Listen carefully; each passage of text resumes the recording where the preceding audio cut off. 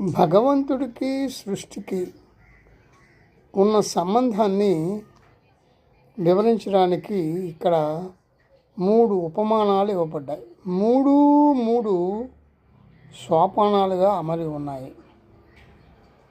సాలెపురుగు సాలెగూడు దారాలను బయటకు తీసుకొస్తుంది. 2 కారణాల కోసం బయటకు తీసుకొస్తుంది. ఒకటి, తను నివసించడానికి గూడు అల్లుకోవడం కోసం, తన ఆహారంకి అంటే భోజనానికి ఎరను పట్టుకోవడం కోసం. 2 పనులు ఒకేసారి చేసేస్తుంది తను. సాలెగూడును అల్లడానికి సాలెపురుగు ప్రయత్నం అవసరమై ఉన్నది. అదే విధముగా జగత్ సృష్టిలో భగవంతుడికి ఏదైనా ఉద్దేశము, ప్రయోజనము ఉన్నాయా? లేవు. అందుచేత దీనిని తరువాత ఉపమానం వివరిస్తూ ఉంది.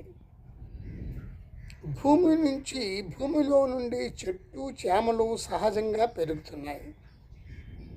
భూమికంటూ ఒక ఉద్దేశము, ప్రయత్నము, ప్రయోజనము ఏమైనా ఉన్నాయా? లేవు. అప్రయత్నంగా అవి వెలువడుతుంటాయి. ఏవో పక్షులు అవి విత్తనాలు వేస్తూ ఉంటాయి, ఎక్కువ శాతం అదే. కానీ భూమి ఒక జడ పదార్థం, అది చైతన్య రహితమైనది. భగవంతుడు అలాంటి వాడా?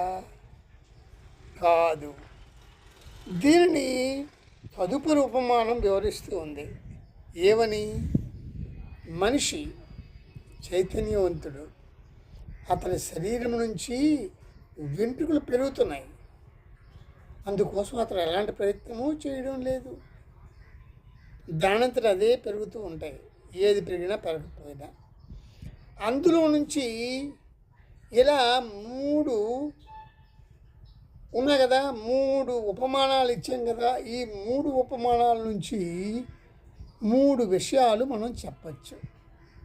ఒకటి, భగవంతుని నుండే సృష్టి ఉద్భవించిందని, అది ఆయనలోనే లయమవుతున్నదని. నెంబర్ 2, జగత్తును సృష్టించడంలో భగవంతుడికి స్వకీయ ఉద్దేశ్యము, ప్రయత్నము, ప్రయోజనము లేవు అని, ఆయన నుంచి సహజంగానే జగత్తు ఆవిర్భవించి లయమవుతున్నదని అర్థమవుతుంది. 3వ పాయింట్, భగవంతుడు ఒక జడ పదార్థం కాదు, అతడు ఒక చైతన్యమూర్తి అని అర్థమవుతుంది. ఇలా మనం భగవంతుడికి సృష్టికి